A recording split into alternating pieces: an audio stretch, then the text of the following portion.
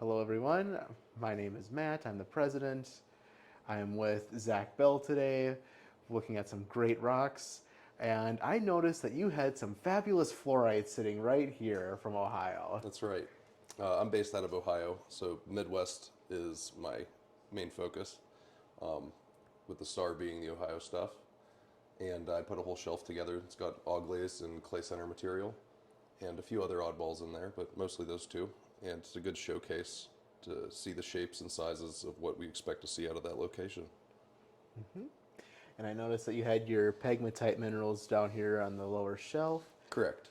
And you have some great pieces from California, some Brazil stuff here.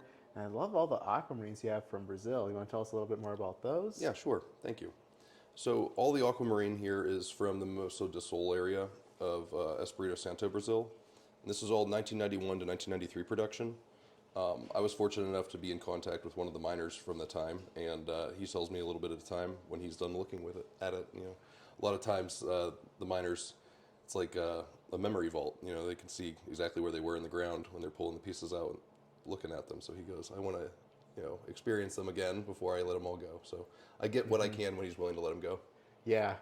And you know me, I'm pretty much a Midwest mineral collector as well. And I noticed all of these wonderful coppers you have down here, a lot of them from Michigan. Would you like to tell us how you acquired them and, where you look to, take those at some point? Sure. So this whole shelf was one collection, father-son duo that did a lot of the digging themselves between 70s and 80s. And I acquired the whole collection this past fall, and this is the first time I've shown it.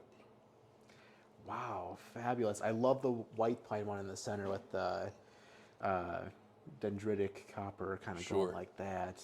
Absolutely wonderful. Thank you very much. I Tell us a appreciate little it. bit about your business. Hey, thank you. I'm based out of the Midwest.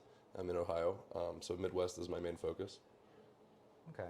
So, kind of in my general area too. I'm Sure. Kentucky, so we're not too far away. That's right. But I see you got some cool fluorites from Ohio, as well as a bunch of other fluorites from around the world. But especially, I really like the Illinois, Kentucky fluorspar district stuff here. Of course, it's Like, hard not to. that The almost- colors and the shapes, Yeah, that almost looks like a twin there. Some penetration I point. like. Yeah, Yeah. I like collecting those. But what's your what would be the hardest one that you think is in your collection in here? to This get rid one, of? this one that's sold. We'll get the tag Oh, out of the no. way. Oh no. Cool. What's this one here? The MF Oxford number Yeah, 7? so right? Mahone and Company, that was in yeah, charge got of another one. Minerva Mine as well. Same mining company. They also had several other shafts, 7 among them. And 7 didn't produce tons of specimens. There's a lot more massive growth there. So finding specimens from there is a lot more tricky. Cool. That is very neat. I have not heard of that locality before, except for probably just walking past your room, just kind of noticing it and not really paying attention. So, other than fluorites, what do you find yourself collecting yourself? Maybe holding back. I really like, I collect thumbnails personally. I collect by size. Yeah.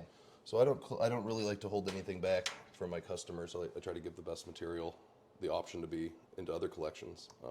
But as far as things that I collect for myself, I really enjoy included quartzes. So these are out of Messina Mine in Vembe district of South Africa. Pretty classic stuff. Certainly. And these have also become notoriously difficult to acquire nowadays because the shafts are all flooded and have been closed for a long time. So no new materials coming out, anything like this at least. I'm sure they're still doing some, artisanal digging there, but nothing impressive like this is coming out. Yeah, So- that's a whole lot of actually terminated pieces with really good tips. Certainly. Don't really see that all too often. Okay, I have one last question for you Sure. before we head off. What's a message that you would like to share to newer YMCers that would like to meet, like, dealers that they know online? Like, Well, I think first off, going to shows in person is very important. I think the online thing is great to stay connected in between the shows, but there's something about being in person and seeing the marketplace itself that's quite important, I think. There's a lot to say about the camaraderie in this industry, and just being in the same place as everyone else really makes a big difference. Makes it feel a lot smaller and down to earth. Certainly. Yeah. I think there's a lot to say about how intimidating it can be to reach out to these people, and then you see them in person, and it might be even more intimidating. It's not. We're all regular people. We're easygoing. We're all nerds. We're all rock That's right. nerds. You want to talk about rocks? Exactly. That's the Yeah. easiest way to meet in the middle there. Okay. Well, it was nice to see you. Yeah, you as well, Sure we'll Zach. see each other Thank you around. again.